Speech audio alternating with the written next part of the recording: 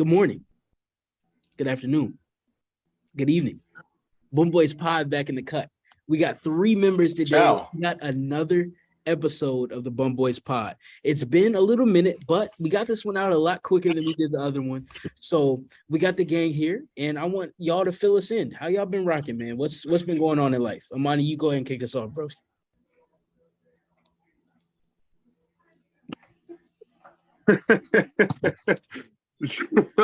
So, all right, let me lock in. What's up, y'all? How y'all doing? Hope y'all enjoying life, man.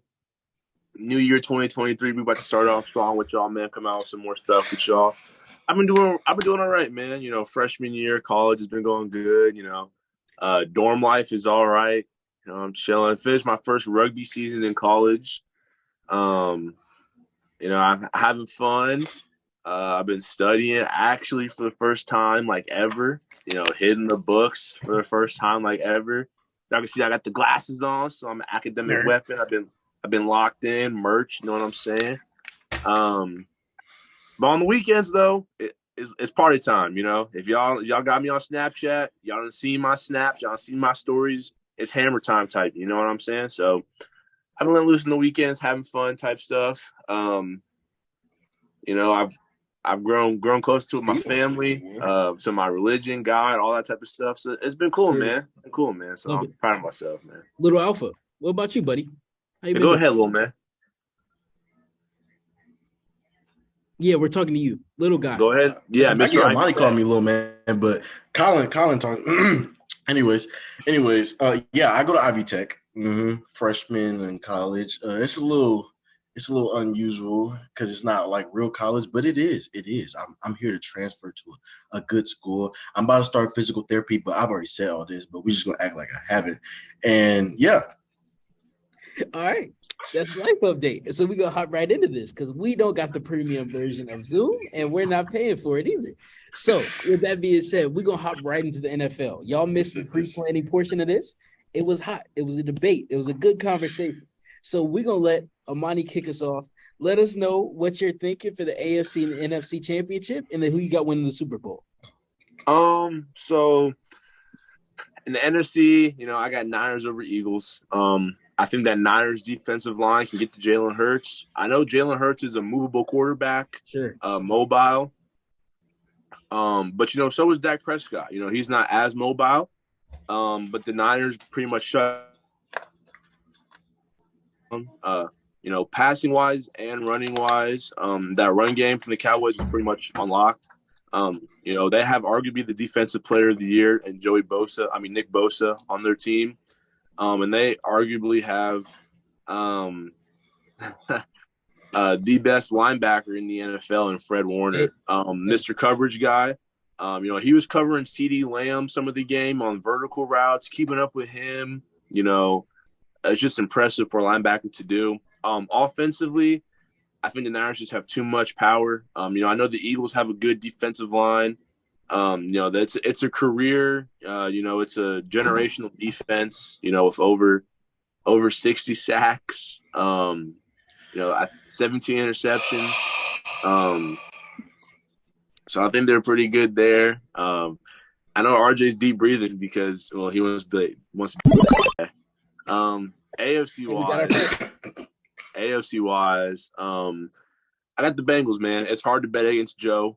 The Bengals offense just has too much firepower, I feel like.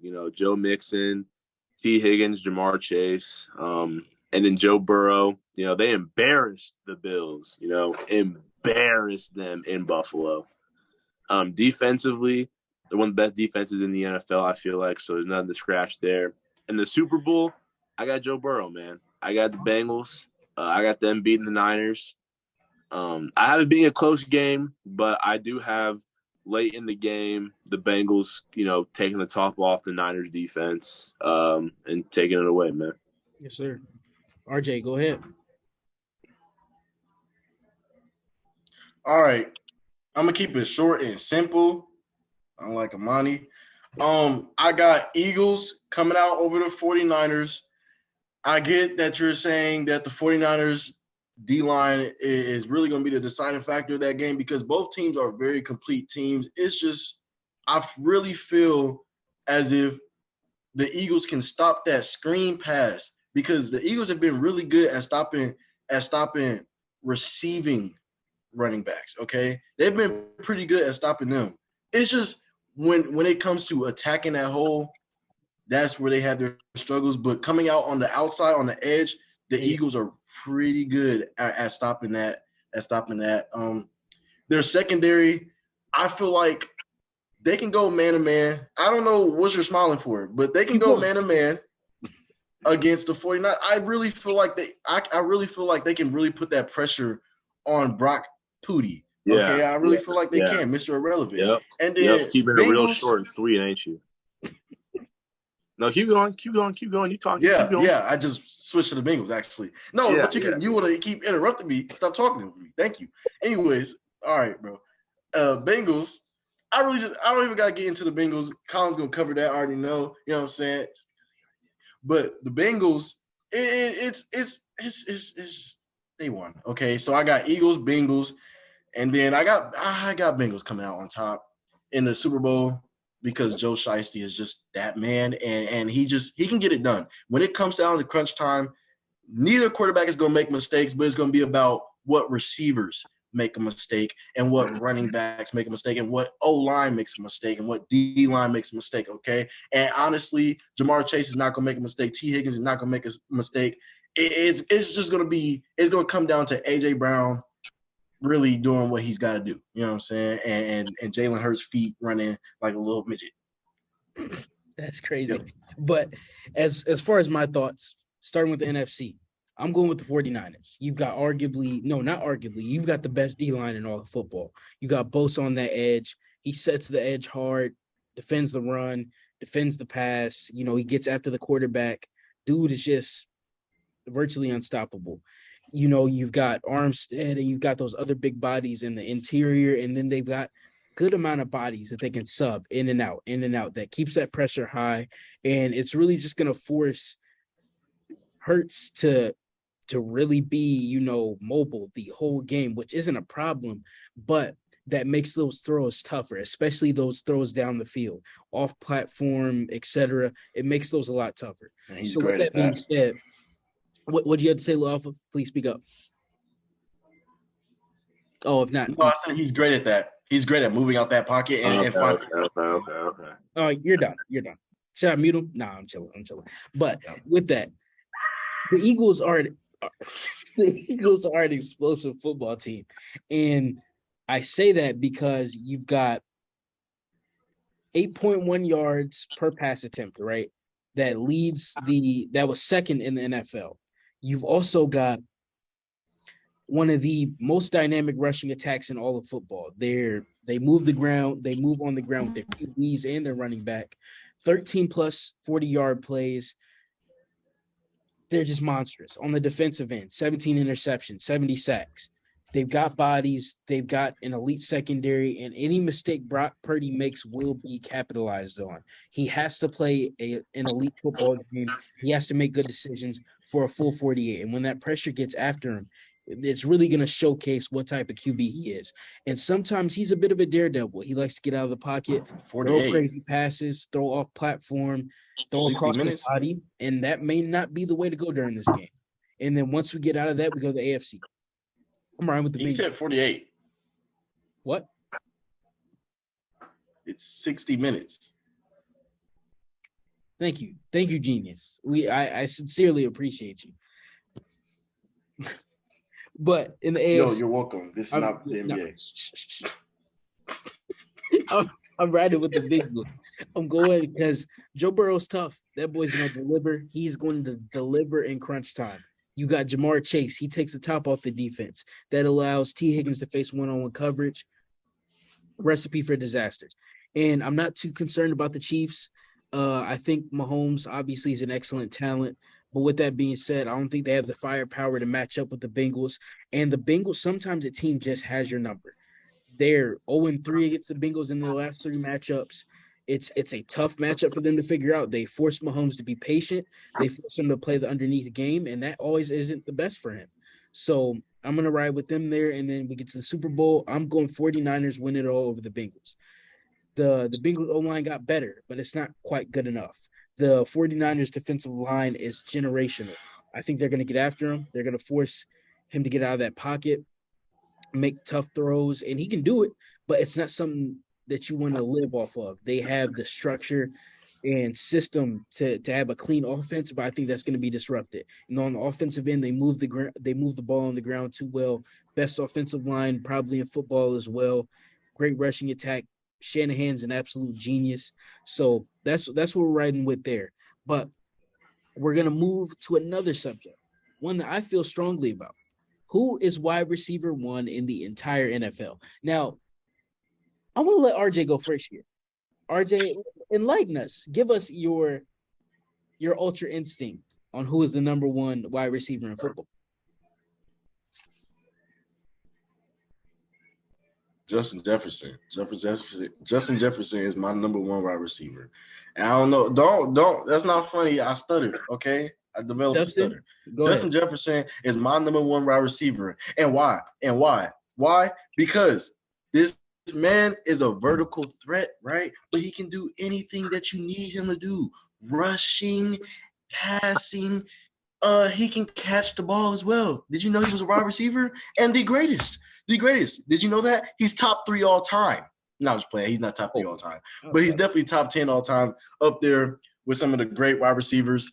And honestly, no, if you need somebody to throw the ball to and you have the game on the line, he might only have 8 touchdowns this season, but he was the most consistent wide receiver on that Vikings team. What was his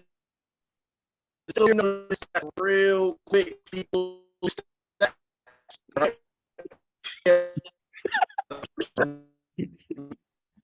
1,800 yards personally, but he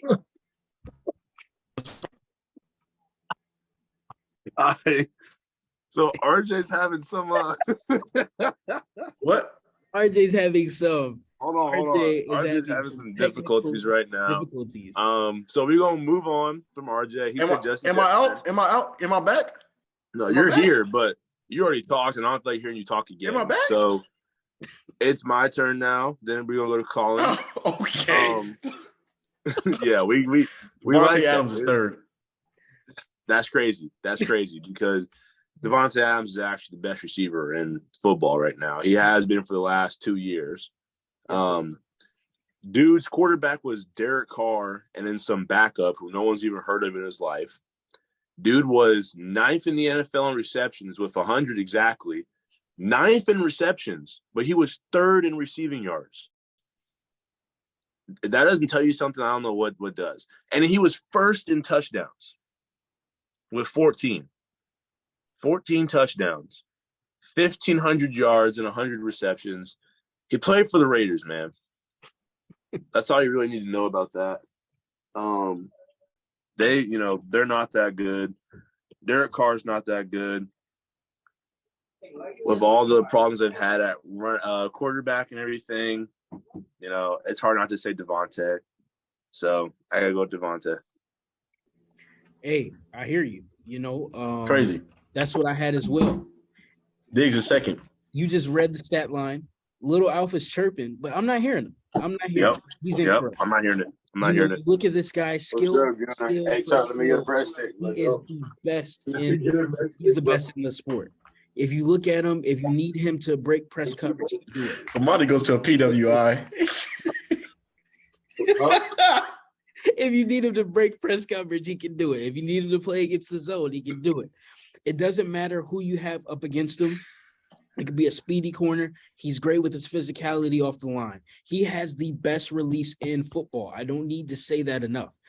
This dude, he has the little jump into release, and then he's gone. He's not a blazer. He doesn't have amazing speed, but he still finds a way to stretch the defense. He gets behind his guy, stacks him, makes tough catches, makes contested catches. If you need someone to get yards after catch, boom, he's got you. I just can't say enough how great he is. 24 receptions of over 20-plus yards, 7 receptions of 40-plus yards. It's tough, man. I want to go Justin Jefferson based off, the 1,800 yards, almost getting to 2,000. But you just look at a game like he averaged the Packers. A great DB in Jair strapped him up. I don't know if there's someone that can do that to Adams. We saw him take Ramsey, kill him. We saw him take Surtain, kill him. You throw anyone on him, any style of coverage, he can beat it. One of the best route runners. He's a true technician. Gets out of his hair look like that, bro. He got a lot of hair. Sorry. Go ahead. Go ahead. Can I go? Can I talk? Can I finish, please? Thank you. Thank you. So I'm gonna go with Adams number 1, Jefferson number 2. And we've heard enough from Lil Alpha on this subject. So we're gonna move on because nobody's feeling that. Adams isn't the third best wide receiver in football. But be that as it may, we're gonna talk about our teams real briefly. I want to start with RJ. 38-7 is insane. Humiliated on national TV in the playoff by the Eagles. Go ahead and talk about my record, though. Go ahead and talk about my record.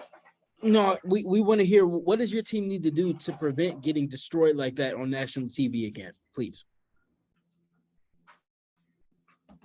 Obviously be better than both of y'all teams. But to be honest, we gotta work on our O-line issues. We had a rookie this year, Evan Neal. He came from out of Alabama. And honestly, we thought we was going to get Alabama production. We got the opposite of Alabama production. We got Clemson production. You know what I'm saying?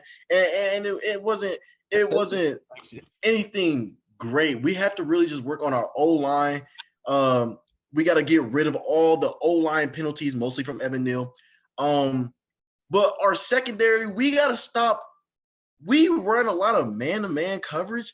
And it works a lot of the time, but against these high-power offenses, we need to honestly find somebody who can come up with a better scheme for high-powered offenses. Because just like the Eagles, all they did every time, throw the ball down the field.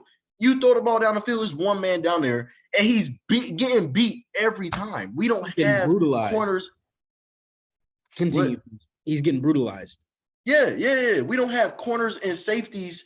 And who can go out there and stay on their own. We had Bradbury, let him go to the Eagles. We had Bradbury. We had him. Now we got Xavier McKinney. That's it, to be honest. So we really got to work on O-line issues, protecting QB, protecting our running back, and that's really it. And then our secondary, when it comes to our DBs and safeties, we just got to work on that. We need a defensive coordinator, bro, to be honest. But we're really good, and we have a bright future. We just got to keep working out through the draft and probably bring in some more veterans. Amadi, please go ahead. What's funny? Nothing. Amadi. Oh, you muted? All right. So thank you for giving me the time to talk again instead of muting me. I don't go to a PWI. I go to a school in northern Indiana, okay? Came in here. Dude, I'm pretty sure PWI. Let them in beat. You know what, RJ? How are you supposed to act hard and you go to a PWI? I never said. I can't stand that. All right, you go to Ivy Tech. Shut up. So, anyway, as y'all know, my favorite team's the Steelers. Did not have a losing record again. That's 16 years in a row. Better than we can say about these two scrubs teams. Mike Tomlin is him. We had a rookie quarterback, and, he only threw 5 touchdowns, threw 8 interceptions, as a rookie. Wow. That's but he's a Steelers fan. Can I talk? Or are you gonna keep talking? Can I talk, RJ? Can I talk, Reginald? Can I talk, Junior? Can I talk, Junior? Y'all would get smoked on my team. I'm not gonna lie. But go ahead. Oh yeah, I'm pretty sure we do a lot worse than what the. Hey man, all I'm gonna say is 38-7 on national television is pretty hard, man. Skip, come on, Skip. Y'all got brutalized. Y'all got turned around. Whoa, y'all got brutalized on national television. We produced. But we was in a divisional. We was in a divisional. Okay, we still had the same record. We was in divisional. Your team was not. Matter of fact. Anyway, I'm gonna go back to what I'm gonna say. Your team was out of the playoffs at the beginning of the season. You finna piss me off. You finna piss me off. The Steelers What we need, to be honest. You guys didn't realize the pick Kenny Pickett. All right, RJ. Hey, let him cook. Let him cook. You let him cook? You talking to me or talking to him? No, I'm talking to RJ. Let him cook. Okay. Yeah. Shut up, RJ. So, the Steelers, offensive line. That's the only thing we need. We have, in my opinion, a top 5 tight end. That's it? We have – you didn't let me finish. You're going to keep cutting me off? You remind me of Skip all the time. That's what I'm talking about, man. Just for time's sake. RJ, you got saved by Saquon Barkley, bro. That's your only person. Y'all won 4 games without Saquon last year. Hey, go ahead and cook. Y'all won 4 games without Saquon last year. Sit there, shut up. This is y'all first time making it to the playoffs since y'all had Eli Manning. Y'all suck. Y'all are a poverty franchise. Y'all had Lawrence Taylor. Y'all won in the 80s and in the 90s. You guys suck. You guys are terrible. Yeah, y'all beat Tom Brady. Congratulations. Aaron Rodgers is still y'all's dad, though. That's all that matters. Anyway, the Steelers. Like I said, offensive line, bro. That's all we need. And interior defensive lineman. Okay. That's all. That's legitimately all we need. Hey, it's a tough season. As a Packers fan, I'm used to the utmost success. I'm used to greatness. And this year that wasn't provided. And it hurt. We beat you. It hurt a lot. Shut up. We're not trying to hear you right now. What we need is we need to figure out our QB situation. And that means either you bring Rodgers back or you don't. Don't drag it out. I believe he's earned his right to take his time with his decision, but as soon as he lets you know, if he lets you know he wants to come back, bring him back. One of the greatest QBs of all time, just a season removed from being MVP. Even this year, he was top 10 in passing yards, a lot more turnovers than we're used to, but that comes with having these rookie wide receivers. Hey, real quick. Martez, hold on. Martez wanted to let you know that Jace Harden is the best player in the league. Yeah. You're ridiculous. Absolutely ridiculous. Oh my goodness. But with that. Yo, I do have a question for you though, Colin, about the Packers. Go ahead. I was watching, I forget what game it was. It was against the Eagles when Rodgers came out and Jordan Love was put in. How do you feel about Jordan Love, man? Jordan Love is tough. Jordan Love is the real deal. That's why I think either way, you just got to make a decision. There is no sitting on the fence about this. If you want to get Jordan Love, get Rodgers out of there and start the rebuild around him, Christian Watson, Romeo Doubs. On the defensive end, Alexander Campbell, keep those main cornerstone guys. But it's tough because if you bring Rodgers back, you got the contract that comes with it. And I don't know if they bring him back, that means we're trying to win a Super Bowl. And that means roster has to be done, work has to be done to the roster. You can't bring this current team back and expect to win a Super Bowl. You got to get Rodgers a more credible. Rodgers to the Raiders. And you got to get Rodgers a more credible wide receiver too. You got to work on the O-line. And defensively, we need to draft an interior D lineman. Kenny Clark can't do all the heavy lifting on his own. As far as stopping the running game, that's part of why we continue to struggle year after year after year. We have smaller guys on the inside like Lowry, who's a good player, but he's not eating up these double teams and eating up space next to Kenny to help him out. So that's what the Packers need to do. Cut and dry. It's pretty simple. I feel like all of our teams, it's a pretty simple formula, but it's just about execution, making smart financial decisions, and really just trying to set yourself up for the future. But this is where the meat of the debate is going to come. Hey, yo, pause. We're going to talk about the NBA. Now, we had something on the schedule. We were going to talk about the Celtics' historic offense. A crazy offensive rating. They've been killing it. But these two have gotten really hot with each other. Amani's a Cavs fan. RJ is a Pacers, Grizzlies that's fan. So I'm a Grizzlies fan right now, but I am a Pacers fan for life. So why would you root for such a for the team that you root for? Why do you root for the Pacers? He's a rider.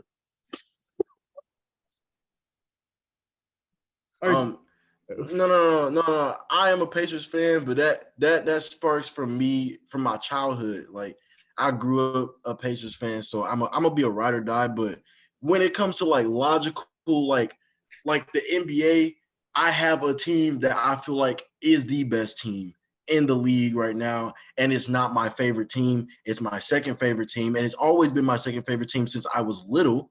You know what I'm saying? When they had Mike Conley and my big boy Z Boat, you know what I'm saying? The Grizzlies. Grizzlies, man. And they're the best team in the league right now, and they're better than the Cavs. And I can say that. I can say that because they can beat anybody on any given night. Any given night, bro. And they're on a little losing streak right now, but I don't care. I don't care. Go ahead, Amani. Go ahead. Skip. For reference, boys, we're coming down to the last 10 minutes, so we're gonna speed run through the rest of this. All right. I just want to point out right now, the Grizzlies, congratulations. Y'all have 30 wins in the season, and it only took you 50 games. That should be a new record for you guys because y'all historically suck, okay? Y'all are terrible. Y'all will be terrible, okay? Dylan Brooks, ultimate trash talker. Shannon Sharp, kick him out the door, man. Shannon Sharp's beating the mess out of him. Also, y'all lost that game too. Y'all lost that game. You want to know why? Because Dennis Schroeder stole the ball from you and went up for an and one layup. By one. Y'all suck. Y'all suck. You also lost to the Warriors good for him. again. We should feel bad. As Klay Thompson said, you can't talk unless you win something. What have y'all won? A playoff spot? Congratulations. So do 8 other teams. Actually, 15 other teams. I'm not even gonna go with the what ifs because we could have beat the Warriors and we could have won in the championship game. But it's okay, whatever. You just said a what if. You just said you wasn't gonna go with no what ifs. You just your team is the 5th seed. How that make sense? Make that make sense. Your team is the 5th seed. 29 wins, and we have. Y'all are gonna go to the playoffs. Y'all are gonna go to the playoffs. You know what's gonna happen? Luka. That's what's gonna happen. Luka's gonna take y'all out. That's what he does. You're not going to the finals, and if you do, y'all aren't winning it. Luka. Who are y'all beating in the East? The Celtics? No. Everybody. The Nets? Everybody. No. The Bucks? No. The Cavs? No. Yes. The Bucks. The Bucks is the easiest matchup. Actually, Philly? The Bucks is the easiest matchup. Don't tax it. Who is not beating Philly? You guys? Who's not beating Philly? We're beating Philly. The only team I'm concerned about is the Celtics. That's the only team. That's the only team? You're wild. You're wild. That's the only team. That's the only team I'm not worried about. I'm not worried about Kevin Durant and Kyrie Irving because Kyrie Irving That's crazy to say. has to either be healthy or want to play basketball. I'm not worried about that. I'm worried about the Celtics, okay? And that's all I'm worried about. And you know what? When the Grizzlies lose in the playoffs, they can go big or I'm small. I'm gonna be Stephen A. Smith, and I'm gonna send the video of myself smoking a cigar, laughing at you. That's what I'm gonna do. Hey, actually, when that's a great point. They're not losing to nobody in the playoffs. They are. That's a great point, and it segues into one of the things we had discussed. The Celtics have started the season with a historic offense, putting up, 122 offensive rating. That was the best all time. They shoot it a crazy amount, have like 40+% shooters from 3. So yeah, what do you all think about them? Because stack for stack, they're the best team in the league, in my opinion. I don't think there's any denying that. I think the Celtics right now, Tatum, in my opinion, is the MVP. You know, he is the MVP of this league. Jaylen Brown, it's crazy to think that a team could have, because the last time that I can remember, I can't remember actually last time that a team had the MVP on their team and then their second best player was averaging almost 28 points a game. You know what I'm saying? Like, that's almost unheard of. And, Tatum's averaging like 30, 31, something like that. He's shooting efficiently. Celtics are the number 1 team in the NBA. I think the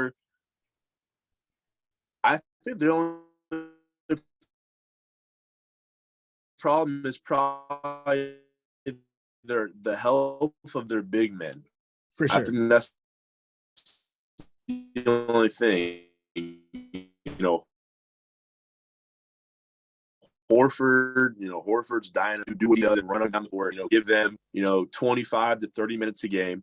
Robert Williams has to come in. And, all right, great. So I really think. I'm not sure. You know what I'm saying? All right, RJ. You can stop talking. You've been talking for the last 48 minutes. It's definitely the big man problem. RJ, you talk like anyways, definitely. Mute me, Colin. Mute me. You have to mute me. You have to mute me. Anyways, we're a family friendly podcast. I'm gonna say something. We make content for everybody. I think the Celtics. I think the Celtics definitely with the big man. The big man problem is definitely what could get them over the hump over the Grizzlies, the only team that they can't beat. Because honestly, the big men, they can dominate anybody. When they have those big men in the game, especially with Al Horford, who can stretch the floor but also can play down in the paint, right? Man, it's kind of difficult for Steven Adams because – man, those two big men, they can get on the perimeter and move their feet. Steven Adams, he has a problem with moving his feet on that perimeter, and he's really good. He's really dominant on the inside, and he'll pose a threat when it comes to them trying to score on the inside and trying to get offensive rebounds and everything like that. But honestly, if the big man can stay healthy, it definitely goes a 7-game series with the Memphis Grizzlies, and it comes out with the Celtics winning. But what the Memphis Grizzlies have to do right. What's up? Keep going. Oh, just speed it up.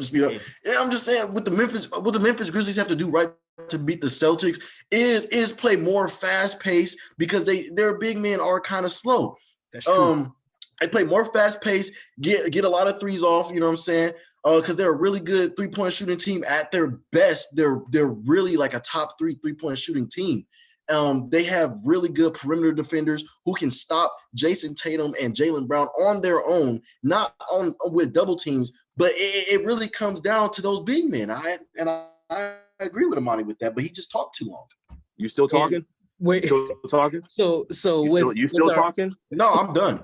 I'm done now, little man. You still talking? No, shut up talking to me, bro. Yeah, okay. Go back on mute. Go back on mute, little boy. Don't tell me what to do. With our final 3 minutes here, we're gonna wrap up. But one thing to keep in mind, the Celtics are improving on the defensive end as well, bringing Robert Williams back, a top 3 shot blocker, and their defensive rating was at 110, and it's just continuing to improve since. But Amani, we got a flash run through MMA. Give me like 10 to 15 seconds on each topic. What you're thinking. So, Islam Makhachev versus Alexander Volkanovski. Who do you have and why? I got Volkanovski, man. Ooh, I got Volkanovski just because of his speed, man. I love Max Holloway, but he made Max Holloway look like a kid, man. No. Hey, we love you, Max. I love you. Yeah, we love you, Max. You're the guy. But Volk, I think, is just too fast. I think he's just too experienced.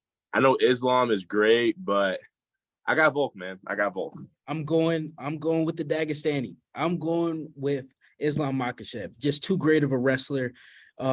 Unconventional as well. The Sambo style, they get body locks, they trip, they don't play around in the guard. He's a really sound fundamental striker, good defensive striker, isn't going to get hit a lot.